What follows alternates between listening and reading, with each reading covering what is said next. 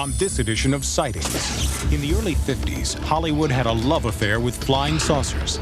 But the nation's capital was experiencing the real thing. It seemed like the very second that the interceptors left our scope, our UFOs came back. It was kind of scary. Sightings examines the very real and very frightening UFO attack on Washington. He is the leading exorcist in Japan, where he says there's an alarming increase in paranormal activity. Japan is no good now. They do not respect the spirits that still live there. Then, have wandering souls invaded a Chicago apartment building? And his book Communion was at the center of the alien contact controversy. It has, in many respects, destroyed my life. But I wouldn't trade it for anything. Now, Whitley Strieber is taking the controversy one step further.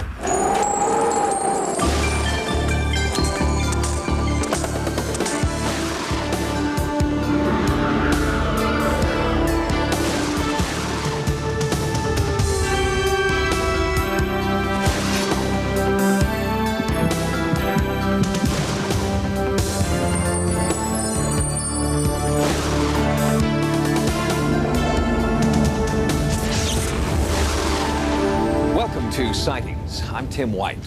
On July 26, 1952, U.S. government officials and high-ranking military personnel gathered in the radar room of Washington National Airport.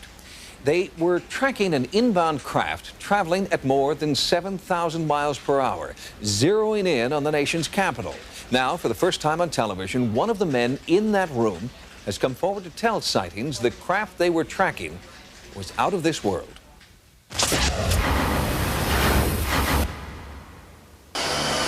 When this string of UFOs appeared over Mexico in 1992, UFO researchers took the threat very seriously. The UFOs bear an uncanny resemblance to these objects, filmed over Utah 40 years earlier. But this was 1952, and UFOs were more likely to inspire B-movies than serious research.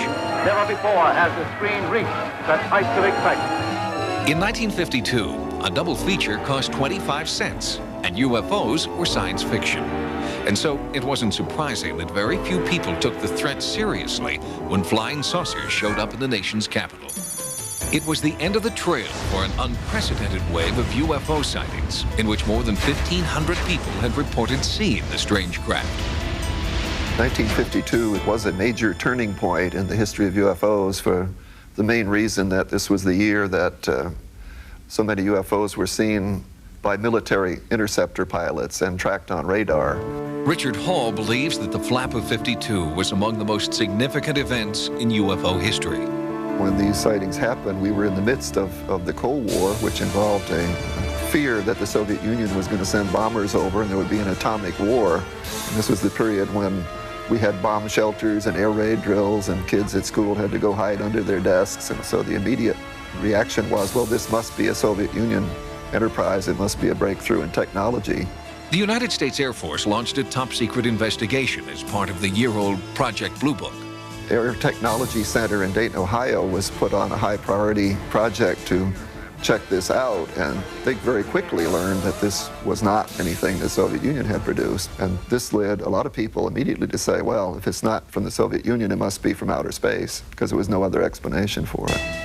The Foreign Technology Division at Wright Field, now Wright-Patterson Air Force Base, was swamped with calls from alarmed eyewitnesses. Veteran newspaper reporter Al Chop was hired by the Air Force to manage the flow of information. The policy at that time was to answer to the best of our ability any queries on particular UFO sightings, and often we could explain what the people saw, often we could not. Chop estimates that at least 25% of the UFOs investigated by the Air Force were verifiable, but unidentifiable, including this Montana sighting and the sighting in Utah.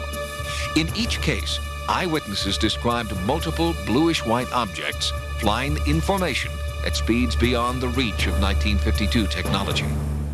The government was interested, but not alarmed by these sightings until two Midsummer's Night Saturdays, when they showed up in Washington, D.C. We have UFO sightings that take place at the Washington National Airport on 2 consecutive Saturday nights. Objects are seen on radar. They're seen visually, not only at Washington National Airport, but Andrews Air Force Base. Everybody who was there saw something. Kevin Randall has one of the largest collections of data, documents, and photographs about the Washington incident. What is interesting is that we have radars in separate locations also seeing the objects. We have airline pilots seeing them as well. Air Force interceptors are scrambled. They see the objects as well. So we have a wide variety of people seeing these bright bluish-white lights. In 1952, National Airport was Washington's only airport, centrally located and within a few miles of three important intelligence centers: the Pentagon, the White House, and the Capitol. Al Chop was in the airport radar room the night the UFOs first appeared. We let the press in, and they were observing the scope, along with the radar operators. We had about 4 or 5 radar operators there. The Air Force ordered an immediate scramble at nearby Bolin Air Force Base. But the interceptor jets weren't there. They were in Delaware. The Air Defense Squadron that normally guards the Capitol was assigned to Newcastle, Delaware, because they were repairing the runways at Bolin Air Force Base, which seemed unusual for UFOs to visit the Capitol when the jets aren't there. It took over an hour for 2 F-94s to reach the Capitol. Well, we could see the flight coming in. All of our unknowns disappeared completely from the scope. It was kind of scary, so we let them go back to base. It seemed like the very second that the interceptors left the range of our scope, our UFOs came back. The fighters were recalled and began searching the skies over Washington. One pilot did make visual contact with the UFOs, and this time, the objects did not disappear. He flew into this cluster of lights, and then he said, "I see them, they're all around me." And he described them as brilliant blue-white lights. And we just looked at each other, couldn't figure out what was going on up there. The objects hovered in the sky until dawn, then disappeared. There were banner headlines in newspapers across the country, recounting the spectacular flyover and speculating about its origin. On July 29, 1952, Major General John A. Samford, Air Force Chief of Intelligence, held this press conference to explain the government's position. I am here to discuss the so-called flying saucers. We have, as of date, come to only one firm conclusion. It was the most heavily attended news conference since World War II. That's how big it was. And they were under pressure to explain, what is this thing that's flying all over the country that we can't identify and have no control over? The official conclusion the Air Force came to was that temperature inversions had caused these sightings. Temperature inversions are when a cool layer of air gets trapped over a warm layer and forms a sort of atmospheric lens, and the signals are refracted, and you see things flying around where there really is nothing. According to Hall, temperature inversions give only very weak radar returns and are incapable of the kind of acrobatic performance clearly observed on radar at National Airport. And the Air Force came up with the rather lame explanation that there were temperature inversions. This, for some reason, satisfied people. It's hard to imagine why, but it did. It threw people off the track, and newsmen, like everybody else, I guess, it was too mind-boggling for them to believe it was real. But the incident is indelibly set in the minds of those who experienced it firsthand. These were good, solid returns.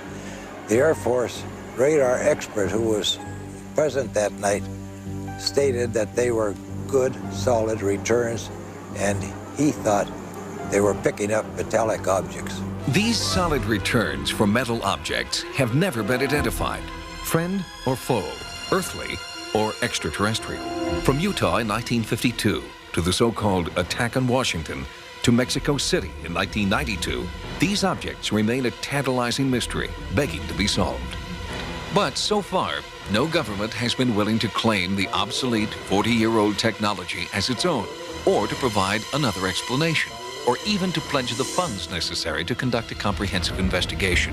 Our leaders do not see UFOs as a potential threat, and in that way, little has changed since 1952.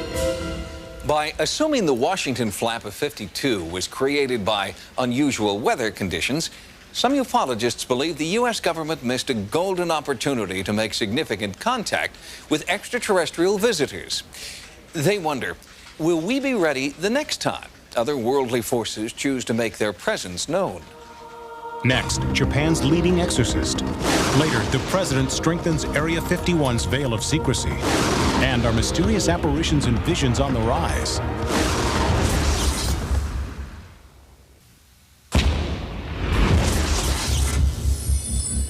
Science, logic, and a deep commitment to traditional values have long been the cornerstones of Japanese culture. But Japan is in the midst of a social revolution. Many people there are beginning to embrace the supernatural. On a recent trip to Japan, I met with Mudo Oda, one of the most influential leaders in Japan's emerging New Age.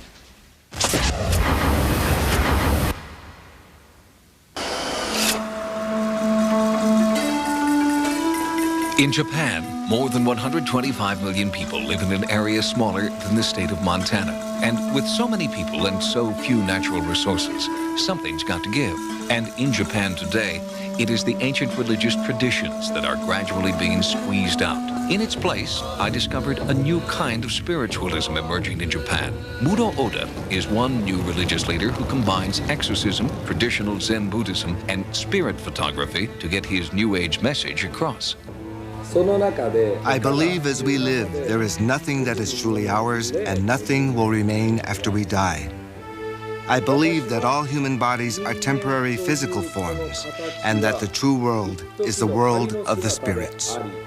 And according to Oda, the spirits are restless. Japan is their island too, Oda warns, and if the living do not make a place for the dead and respect the power of otherworldly spirits, the spirits will rise up and demand respect. There have been a great many changes in Japan in the past years. Are you calling on people to find their spirituality again? Is that really your goal?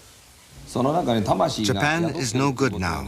They are tearing down graves and do not respect that the spirits still live there. I would like to protect the ancestors and keep the ideals of the temples alive. The world of the spirits must be defended to maintain this. In his practice, Oda combines traditional Zen Buddhist teachings with non-traditional rituals. Ceremonial beatings are performed on willing followers. This is necessary, Oda claims, to appease a person's angry ancestors so they can rest in peace. I would like the people to remember and appreciate the world of the spirits. I feel this has been forgotten. People look at those with special powers as being God or godlike, but I don't feel that way. It is just that spirits have entered people's bodies. In addition to the spiritual cleansing he performs in his temple, Oda also performs exorcisms inside people's homes. To prepare himself, Oda believes that meditating under this waterfall allows him to absorb the powerful life force of the water. He says he needs this energy to confront the spirits. When I began doing this, I did not start out calling myself an exorcist. In Japan, traditionally, when there are no living family members of a deceased person able to take care of the family grave, the grave was destroyed and disposed of. I wanted people to understand that the spirit is still there, even if the physical grave is removed. That is why I began doing this. Oda uses an ancient crystal sphere to determine the location and disposition of the spirits. The crystal is placed over a picture of the home or person to be exorcised, and then the crystal is photographed. Inside, Oda claims to see residual images of the dead. I concentrate on the inside of the crystal and call, and then photograph the spirits. There are some that come out clearly, and those that are not so clear. I have seen over 30,000 spirits. When you look at the photographs that I have taken, you will be surprised.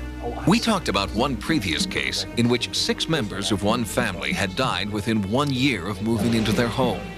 Relatives who inherited the house asked Oda to exorcise the building. And what does this image in here tell us about what happened in that house? During the Sengoku period, this house was used by members of the Takeda Shingen clan. They would run away to this land and commit suicide. This was during the 1500s. Many years later, a home was built on this land. The spirits do not rest. I accompanied Oda to a second-floor apartment here, outside of Tokyo. The family had requested that Oda perform an exorcism and graciously agreed to let Sightings videotape the ritual.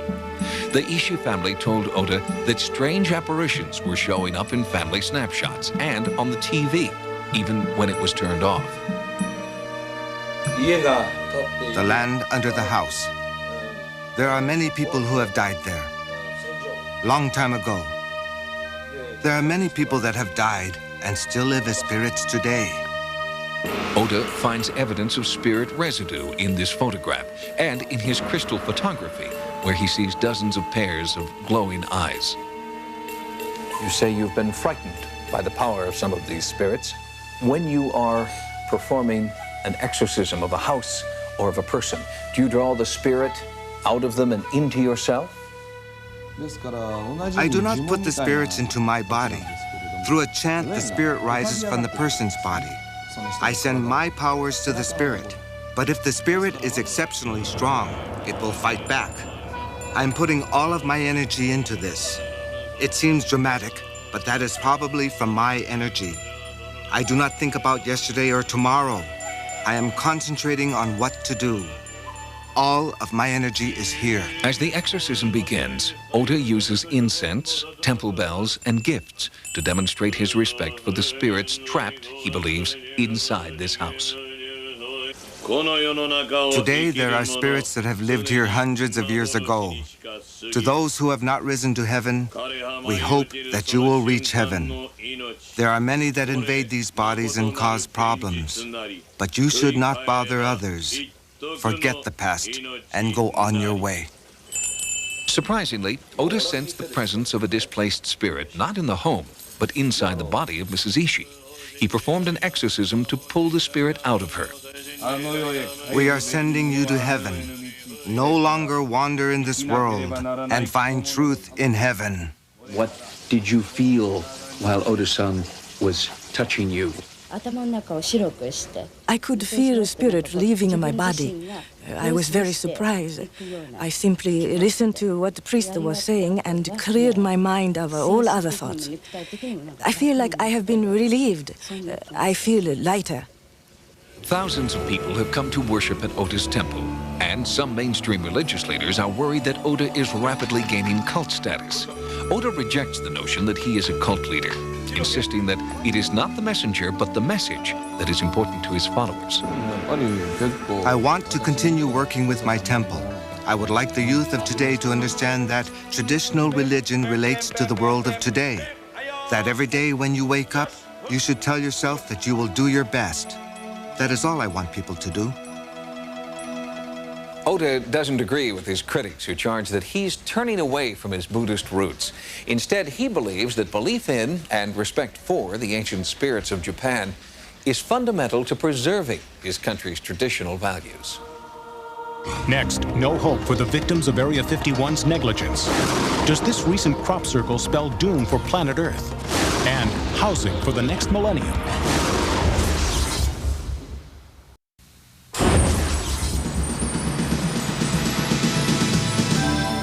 Here are some of the stories that Sightings is following in the news.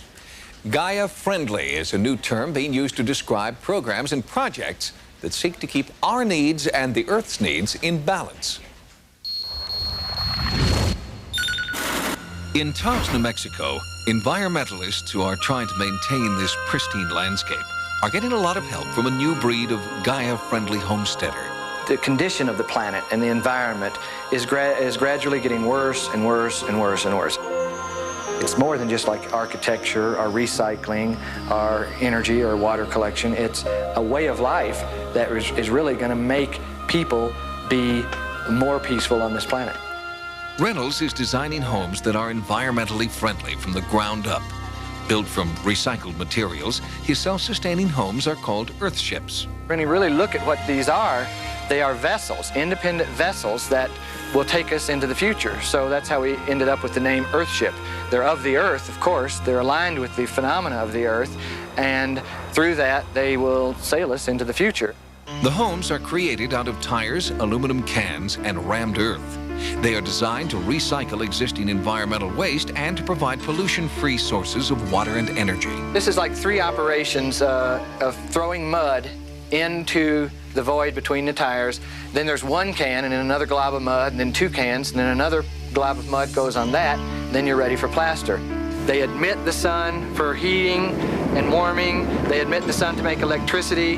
They, rather than have a roof like this that sheds rain, they have a roof like this that catches rain. So all phenomenon are what we are using as our public utility system. You know, no matter what happens with the rest of the world, an Earthship is going to see you through. That's why we say it's going to sail on the seas of tomorrow. From Rachel, Nevada, we recently reported on a lawsuit filed by former workers at Area 51, the top-secret military base near Groom Lake, Nevada. For years, there has been speculation that captured extraterrestrial craft are tested and reverse-engineered here. Some workers claim that they were exposed to highly toxic chemicals the Air Force was burning in the early 1980s, in violation of state and federal environmental laws. Tests performed on tissue samples from a deceased Area 51 worker found extraordinary levels of an unknown toxin. I sent the profile to some colleagues around the country and other countries, and people said, "What on earth is this?" And I was not in a position really to tell them. Nobody had any idea what this stuff might have been. Now, the White House has stepped in to make sure the public does not find out. The plaintiff's request for information about waste disposal practices at Groom Lake has been denied. President Clinton recently signed this presidential determination, exempting the base from disclosing, quote, classified information concerning that operating location, end quote. The president's action ensures that whatever is going on at Area 51 will continue securely behind closed doors. From Winchester, England, videographer Peter Sorensen has made an unusual discovery while analyzing footage he taped there during the summer of 1995. Sorensen has found that this crop circle is an accurate depiction of our inner solar system, with one startling exception. Earth is missing. What this crop circle has in it is like a beaded necklace of separate circles that represents the asteroid belt. And we know this quite surely because inside of that thing is an area containing the orbits for 4 planets and a sun in the middle. And our own solar system, this is exactly the anatomy of it. The sun, then Mercury, then Venus, and the Earth, Mars, and the asteroid belt. There was Mars, there was Venus and Mercury, but no Earth. And like a little chill goes through me. I think, wait a minute, what does that mean? Sorensen believes the crop circle may bear a message about the asteroid Tautatis, which some astronomers believe is on a collision course with planet Earth. We've just discovered that there is a large asteroid, and it's headed towards Earth. It'll be here in 1999, and it may very well hit the Earth. It's within a very small distance, astronomically speaking. And I go, asteroid belt, crop circle, missing Earth. It all came together. And if it was to strike, it would be similar to what happened when the dinosaurs became extinct. There won't be any life here to speak of afterwards. The missing Earth crop circle has added fuel to the doomsday fire, but Sorensen believes this pattern is a warning and that we must put technology to work in order to avert disaster. For a long time, many scientists have been recommending that we should have missile systems in place that are designed to go out and hit an asteroid, push it out of the way. It's a doomsday scenario in some people's eyes, but not in mine. In my opinion, it means we have a chance to do something about it. We'll have more stories from the news next time. Now, here's what's coming up on Sightings. Author Whitley Strieber believes that interdimensional beings continue to visit this New York location. If we went back and talked to Indians, we'd find they were telling the same stories. But first, can anything be done to help the wandering souls haunting this apartment?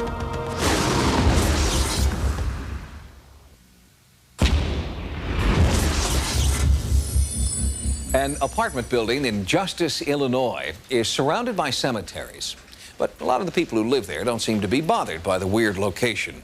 The building's proximity to so many grave sites didn't used to bother Valerie Kalecki either, until she started seeing someone lurking in the shadows.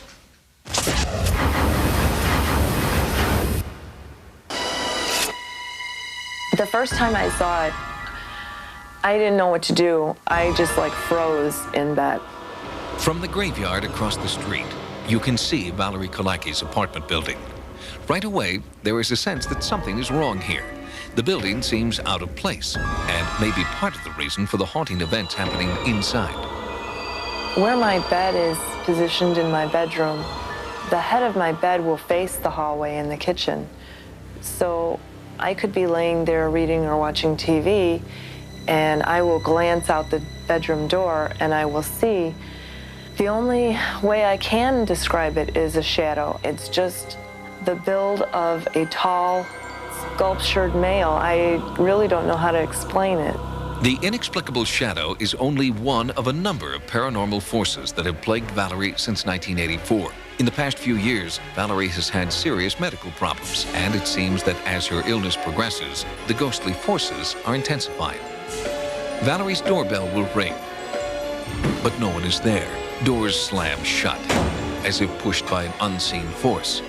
The lights in her bedroom turn on and off for no apparent reason, and Valerie's cat is exhibiting uncharacteristic behavior. I've heard that cats are more sensitive to things, and now I believe it. He will be in a room and he'll start looking around like above him, as if he was looking at something, but there's nothing there that we can see, and we can't explain that. What really convinced me to get involved in this case was just the amount of evidence, the amount of sightings, and the credibility of the witnesses involved. Dale Kaczmarek is the founder and president of the Ghost Research Society. Using electronic detectors, Dale and his associates hope to find deviations in the normal electromagnetic fields, which could indicate a paranormal presence. As we approached the back of the apartment, near the back bedroom, we began to get much more activity. There were abnormally high field readings in Valerie's bedroom and downstairs in the laundry room. Sightings brought in psychic and paranormal investigator Peter Anthony to follow up on Kaczmarek's findings. Peter claims to have the ability to communicate with the dead, and in fact, he was drawn to the same hotspots that had been detected before his arrival.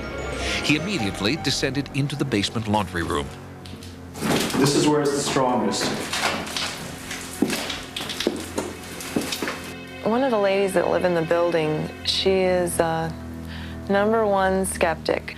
Well, she opened the door to go into the laundry room, and immediately she saw what she described was a layout of a man laying on the folding table in the laundry room.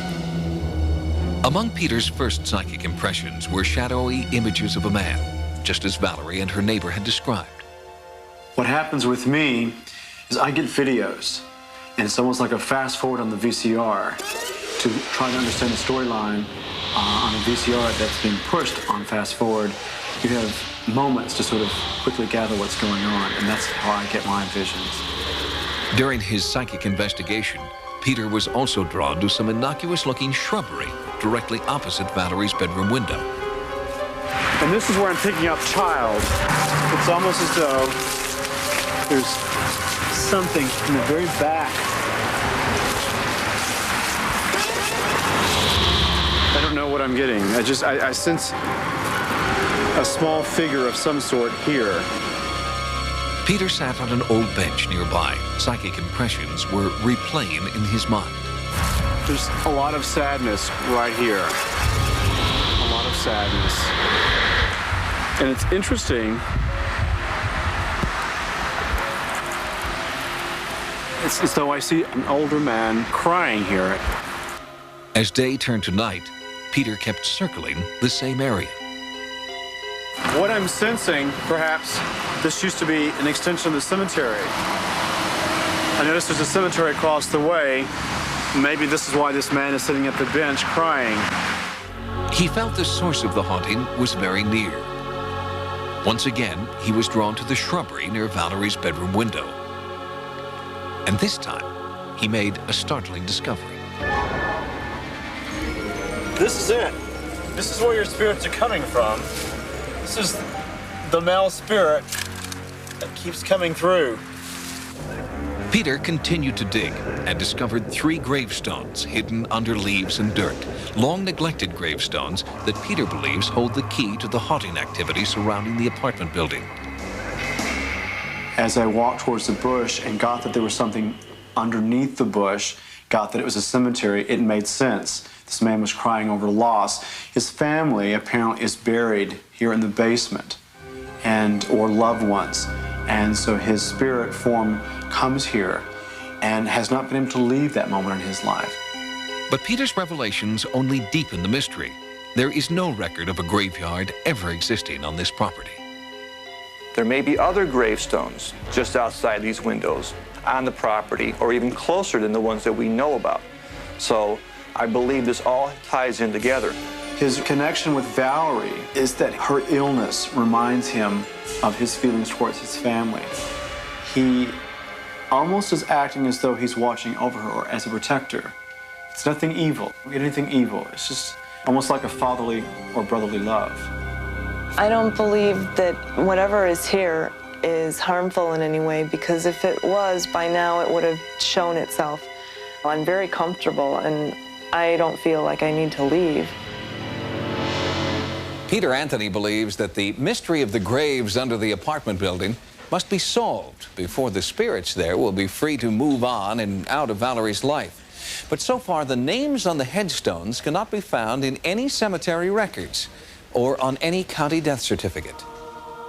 Next, after 10 years of interdimensional visitors, Whitley Strieber is still searching for the truth. It's something that we don't understand, and I want to understand it because it happens to me.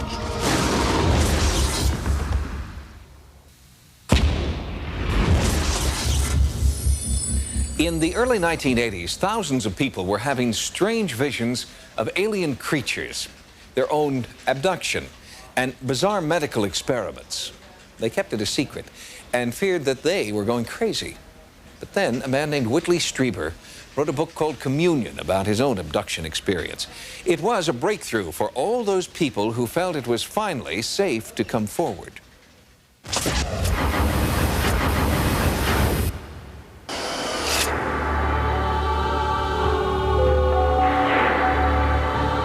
In the middle of the night, I woke up and found myself, instead of being in my bed, in a little cramped room with what I perceived to be long faces with big black slanted bulging eyes staring at me. A lot of noise and activity around me. Something was fired into the side of my head, a little needle, and then it was just black. And the next morning I woke up. At first I thought I was crazy. And then I had to face the fact that it was something real that I did not understand. And it became clear that whatever it was, that it did appear to be contact with aliens. I did some research on them. I wrote a book about my experiences called Communion. Communion was the first book to crystallize the alien abduction phenomenon. It was an instant hit and stayed on the bestseller list for nearly a year. The book's success transformed the lives of Whitley and Ann Strieber. When the book Communion first came out, Whitley and Ann were receiving thousands of letters a month. It was very difficult to actually handle all that mail, and they felt that they had an obligation to respond to these letters. So the Communion letter was a response to try to generalize that communication so that we could help people who were writing to Whitley. There was no belief system that was being promoted. It really was like a networking effort. The Communion newsletter continues to this day, but the focus has changed over the years. Fear of the aliens and suspicion about their motives has been replaced with an active pursuit of contact, the breakthrough Strieber describes in his latest book. Ed Conroy is a reporter who has charted Strieber's life after Communion in his own book and has found that not everyone believes that Strieber is sincere. I got a lot of angry letters from various people who were trying to convince me that Whitley Strieber was emotionally unstable, a pathological liar, but I happened to notice that these letters were coming from people who appeared to be obsessed with vilifying Whitley Strieber. I'm the bad guy all the way around. I am the guy that the skeptics say started the whole belief in alien abductions.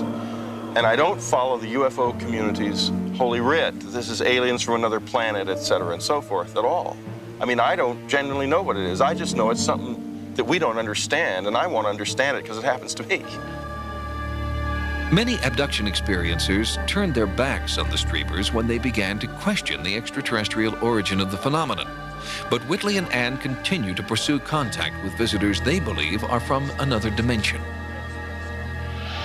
I suspect they've always been here. Many religions have talked about beings like this, many legends, folklore. But I think right now our culture doesn't have a place for them. I think the visitors are here, and some people see them and some people don't. In 1990, the Strebers took up permanent residence in this cabin in upstate New York.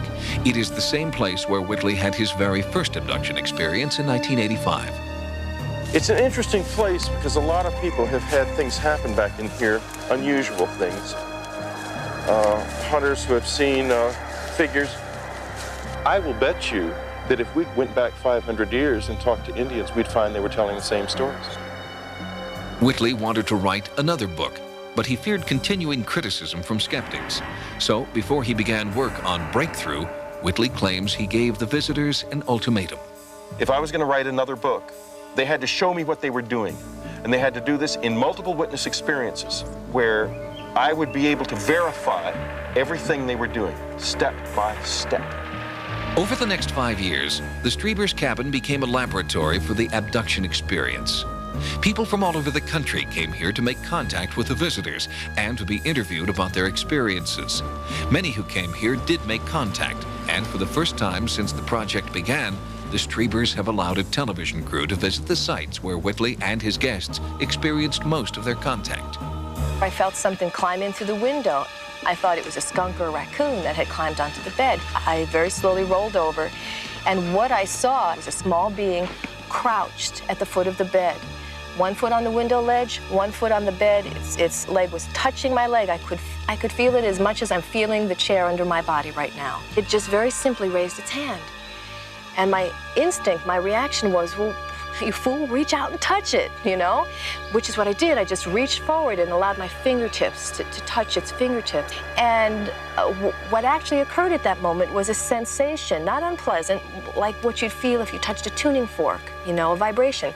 Down my hand, down my side, almost like a circuit was made to the point where its leg touched mine. I saw a large glowing ball of light that came from behind the group and floated over the level of the trees, and really not very high above us. I mean, it was very close to us. And I must say that that was an extraordinary thing to see. Breakthrough chronicles many of the visitations his guests have experienced here. But despite hundreds of accounts from independent experiencers, Streber still struggles to understand why. Why this place? Why him? 10 years have passed. I've had many of these encounter experiences. And it has been the hardest thing in my life. It has, in many respects, destroyed my life. But I wouldn't trade it for anything. It's better than climbing Mount Everest. It's been the most exciting darn thing. Incredible experience. Incredible. Whitley Strieber believes that within the next few years, there will be yet another breakthrough in the abduction phenomenon. He feels that the visitors, as he describes them, will reveal themselves in a more concrete, public way and tell us why they've come. My dear children, peace, peace, peace. Next, our visionaries about to reveal a mysterious message of hope for war-torn Bosnia.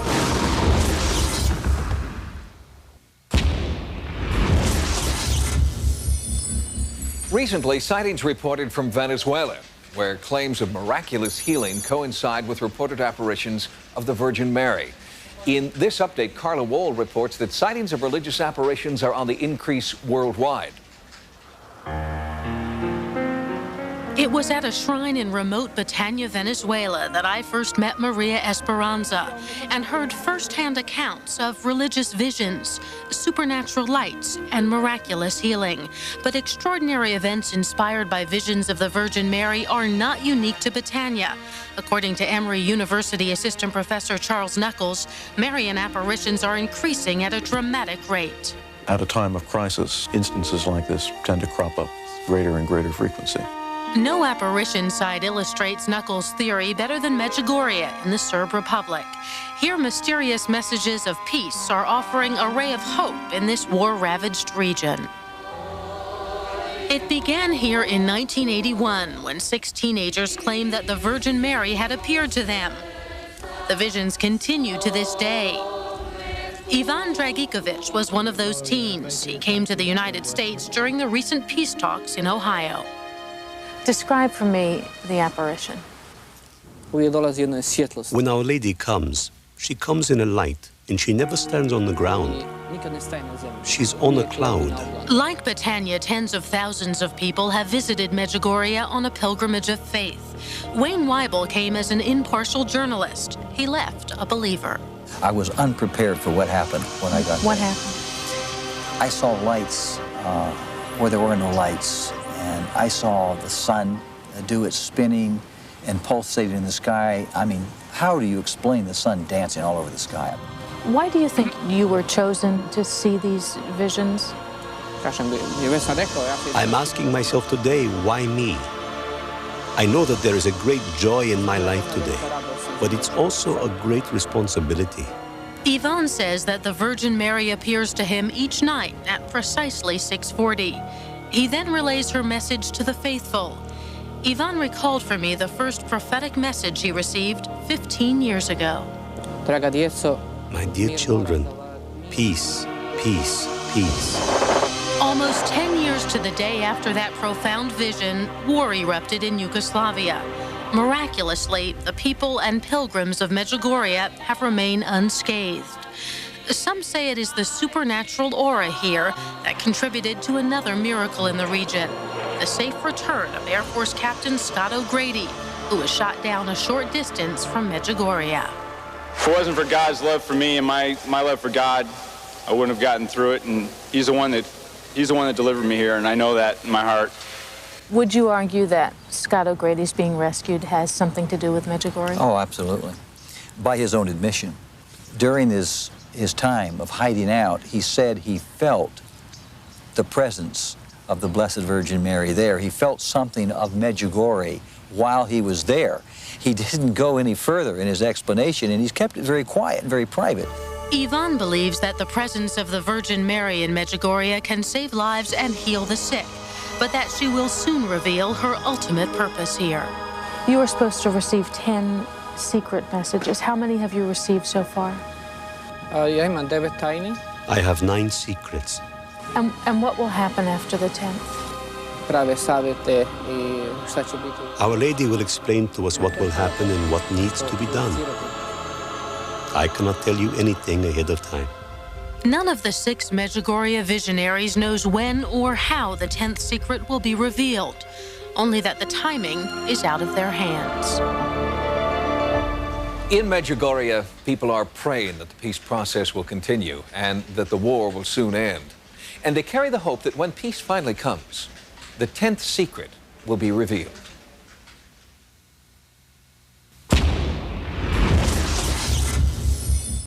If you've had a paranormal experience, please write to us at Sightings. Sightings can also be contacted at America Online at keyword Sightings. At the Sightings Forum, download images, sounds, and QuickTime clips. Also join us for Monday evening chat sessions live on AOL.